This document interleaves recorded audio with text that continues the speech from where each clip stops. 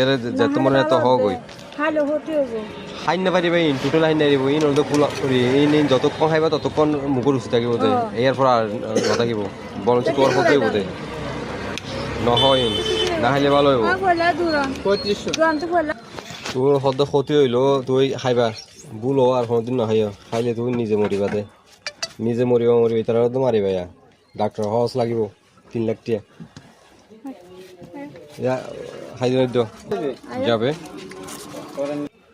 দয়া করে আপনারা এই ভুলটা করবেন না যারা ফার্মেসিতে থাকেন।